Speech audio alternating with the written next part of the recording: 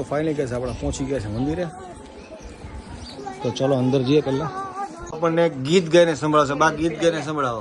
યાદ કરું કયું ગાવું એમ. એ શબ્દ કયો તમે હાલો. અમારું ગામડું કવિ કલાપી નગરી છે.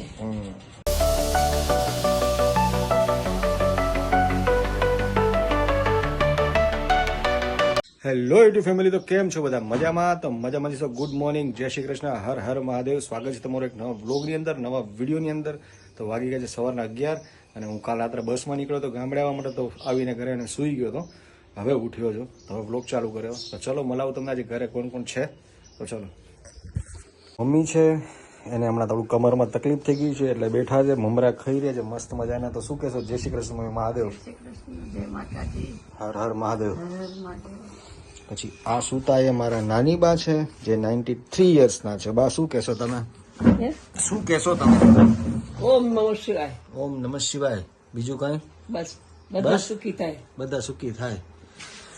તો આને તો તમે ઓળખતા જ હશો. હર હર મહાદેવ. કેમ છો બધા? દીદી છે, મમ્મી છે, નાની છે અને પપ્પા ગયા છે બહાર. તો તમે શું કહેશો હવે? બધા મજામાં. છોકરાઓ બધા, યુટ્યુબ વાળા બાળકો બધા મજામાં. ખુશ રહો, આનંદમાં રહો. ચલો આપણે જવાનું છે પેલા મંદિરે, હનુમાનજી મંદિરે. તો ચલો ફટાફટ નીકળીએ. તૈયાર તો થઈ ગયા છે. તો ચલો ફટાફટ નીકળીએ. મંદિરે જઈએ છીએ હું ને દીદી. તો ચલો તમે બ્લોગમાં બના રહેજો, મજા આવશે. તમને બી દર્શન કરાવી આજે ભૂરખિયા હનુમાનના. તમે કોઈ ગયા હશો તો નામોથી તમને ખબર પડી જશે કે ભૂરખિયા હનુમાન ક્યાં આવ્યું છે. તો ચાલો બ્લોગમાં બન્યા રહ્યો, મજા આવશે આજે દર્શન કરવાની તમને બી. તો ચલો પહેલા ફટાફટ પહોંચી જઈએ અને પછી તમને દર્શન કરાવું. ફાઇનલી ગાઈઝ અમે લોકો નીકળી ગયા છે ભૂરખિયા હનુમાન જવા માટે, હું અને દીદી. તો ચલો ફટાફટ આપણે પહોંચી જઈએ અને તમને પણ હું દર્શન કરાવીશ. તો ચલો આપણે પહોંચી ગયા છે મંદિરે. તો ચલો અંદર જઈએ પહેલા. જય સંકટ મોચન હનુમાન દાદા. આવી ગયા છે આપણે ભૂરખિયા મંદિર.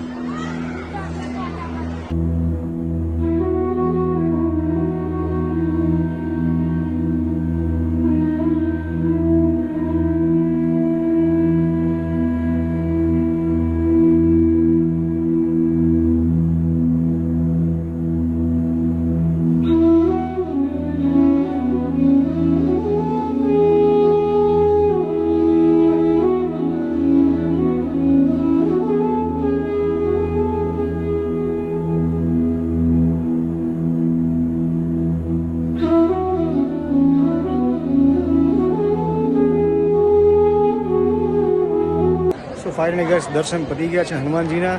તો હવે નીકળીશું કારણ કે તડકો બી વધી ગયો છે. તો ચલો ફટાફટ નીકળીએ ઘરે. અને તમને મંદિર કેવું લાગ્યું કોમેન્ટ કરી જરૂર જણાવજો, બરાબર?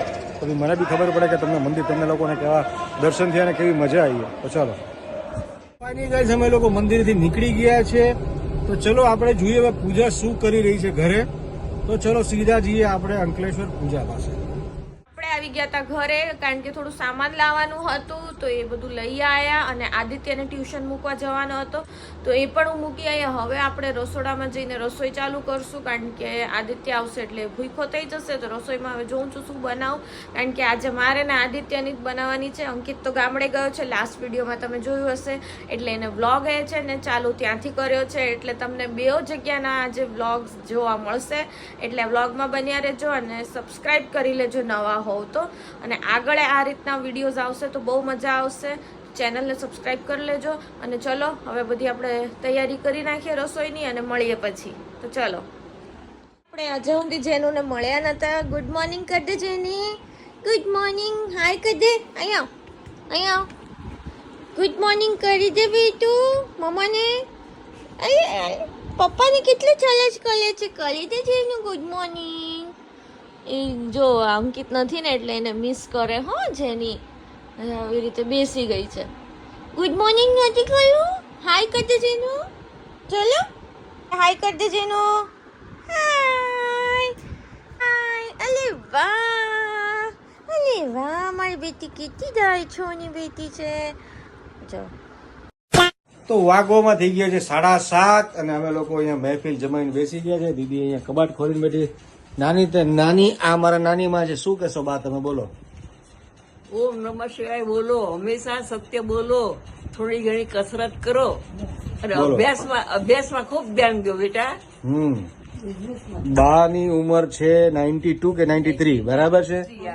આજની તારીખમાં બા એક્ટિવ છે. સવારમાં 5 વાગે ઉઠો છો, પછી નાહી ધોઈને માળા કરે છે.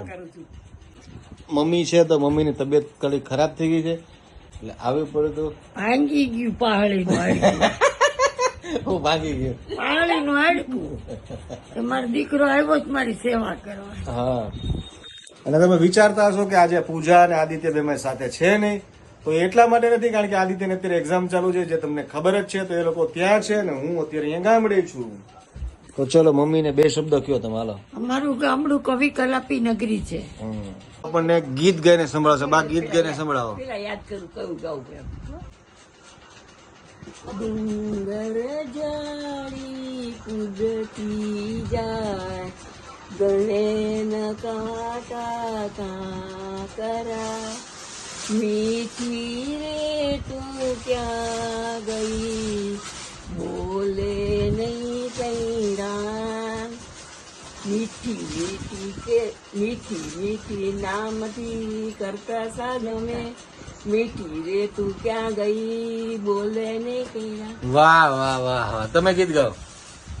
તમે ગીત ગાઓ. ચાર પૈડાળો રથ છે મારી માતાજી રે, રથે બેઠા રગલ પાતળા મારી માતાજી રે. બેન બસ જો હવે મારે અત્યારે નીકળવાનું છે હમણાં રાત્રે, તો થોડુંક દુઃખ છે કે પિયરમાંથી હવે સાસરે પાછું જવાનું છે.